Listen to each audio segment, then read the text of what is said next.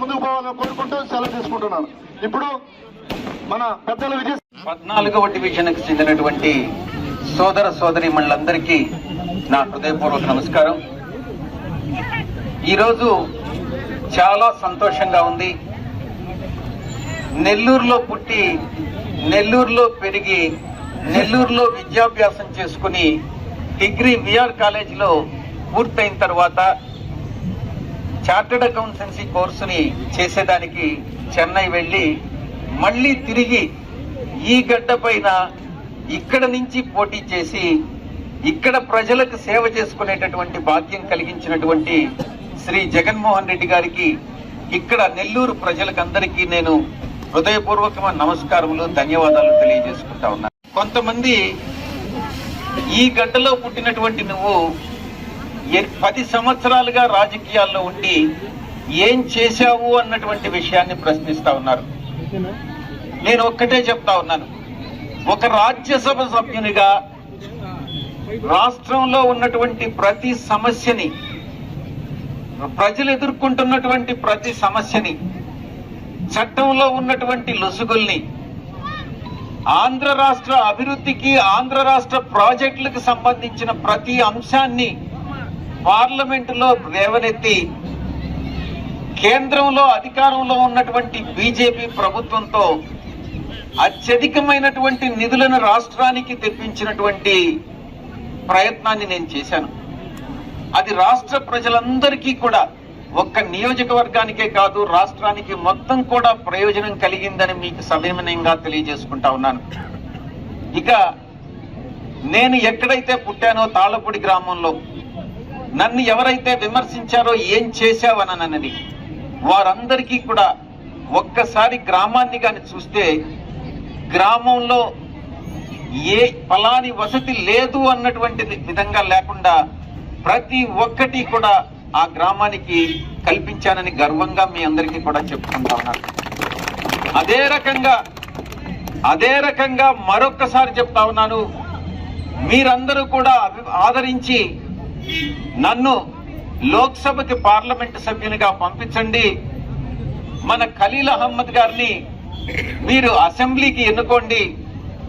అందరి తరఫున నెల్లూరు పార్లమెంట్ లో ఉన్నటువంటి అందరు శాసనసభ్యుల తరఫున నేను ఒక్కటే చెప్తా ఉన్నాను, నెల్లూరు పట్టణం రాబోయేటటువంటి కాలంలో ఆంధ్ర రాష్ట్రంలో మిగతా ఏ పట్టణం అభివృద్ధి చెందనంత విధంగా అభివృద్ధి చెందించేటటువంటి బాధ్యత నా భుజస్కంధాల మీద వేసుకుంటానని మీ అందరికీ కూడా తెలియజేసుకుంటా ఉన్నాను. కొన్ని రాష్ట్రాల్లో కొన్ని నియోజకవర్గాల్లో ఈ రోజు కూడా ఒక ప్రత్యేకత ఉంది. ఒక వినూత్నమైనటువంటి రీతిలో కొంత అభివృద్ధి అన్నటువంటిది జరుగుతూ ఉంది. దోమల బెడద ఇటువంటి అన్నిటికీ కూడా, ఆ తర్వాత వాతావరణాన్ని కాపాడేదానికి మొక్కలు పెంచడం, వీటినన్నిటినీ కూడా ఒక సైంటిఫిక్ విధానంలో వినూత్నమైన పద్ధతిలో నెల్లూరుని ఒక గ్రీన్ సిటీగా, గ్రీన్ టౌన్ గా, గ్రీన్ సిటీగా డెవలప్ చేస్తానని మీ అందరికీ కూడా సభాముఖంగా తెలియజేసుకుంటా ఉన్నాను. ఇక కొంతమంది వ్యక్తులు ఒక రకమైనటువంటి తప్పుడు సంకేతాలను పంపిస్తా ఉన్నారు, ముఖ్యంగా ప్రతిపక్షాల వాళ్ళు. అదేంటంటే వైఎస్ఆర్ కాంగ్రెస్ పార్టీ ప్రభుత్వంలో కొంతమందికి, ముఖ్యంగా వ్యాపార వర్గాలకి ఏదో ఒక రకమైనటువంటి అభద్రతా భావాన్ని కలిగించే విధంగా తప్పుడు సంకేతాలను పంపిస్తా ఉన్నారు. నేను ఒక్కటే మీ అందరికీ కూడా తెలియజేసుకుంటా ఉన్నాను, వ్యాపార వర్గాలకి ముఖ్యంగా గతంలో చంద్రబాబు నాయుడు గారి ప్రభుత్వంలో ఎన్ని రైడ్స్ జరిగాయి, ఎంతమంది వ్యాపారస్తులు భయపడి వ్యాపారాలు మూసుకున్నారు, ఎంతమంది వ్యాపారస్తులు నష్టపోయారు. ఆ తర్వాత వచ్చినటువంటి వైఎస్ఆర్ కాంగ్రెస్ ప్రభుత్వంలో ఒక్క రైడ్ అంటే ఒక్క రైడ్ వ్యాపారస్తుల మీద జరగలేదు. ఏ వ్యాపారస్తుడిని కూడా ఇబ్బంది పెట్టినటువంటి పరిస్థితి లేదు. కానీ దానికి భిన్నంగా తప్పుడు ప్రచారం చేస్తున్నటువంటి తెలుగుదేశం పార్టీకి బుద్ధి చెప్పాల్సినటువంటి ఆవశ్యకత ఎంతైనా ఉంది. ఇక నెల్లూరు సిటీలో, నెల్లూరు టౌన్ లో, రూరల్ ప్రాంతంలో కూడా ఇది అనేకమైనటువంటి పార్కులు డెవలప్ చేసినటువంటి ఘనత నెల్లూరు శాసనసభ్యుడికి, నెల్లూరు రూరల్ శాసనసభ్యుడికి దక్కుతుంది.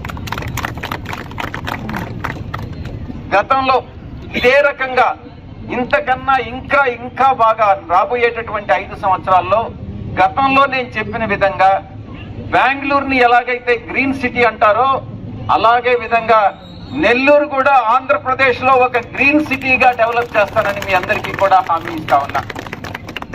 గతంలో మీరు ఏ రకంగా అయితే అనిల్ కుమార్ యాదవ్ గారికి మీరు సపోర్ట్ ఇచ్చి గెలిపించి ఆయన సేవలను ఈ యొక్క నియోజకవర్గానికి ఇచ్చారో, ఖలీల్ అహ్మద్ గారిని కూడా గెలిపించాల్సిందిగా అసెంబ్లీకి గెలిపించి నన్ను పార్లమెంట్ అభ్యర్థిగా నిలబెట్టినటువంటి జగన్మోహన్ రెడ్డి గారు నా పార్టీని నన్ను పార్లమెంటుకి, లోక్సభకి పంపించాల్సిందిగా మీ అందరికీ అభ్యర్థన చేసుకుంటూ ఎల్లవేళలా మీ సేవలో ఉంటాను అన్నటువంటి విషయాన్ని పదే భగవంతుడి సాక్షిగా మీ అందరికీ తెలియజేసుకుంటూ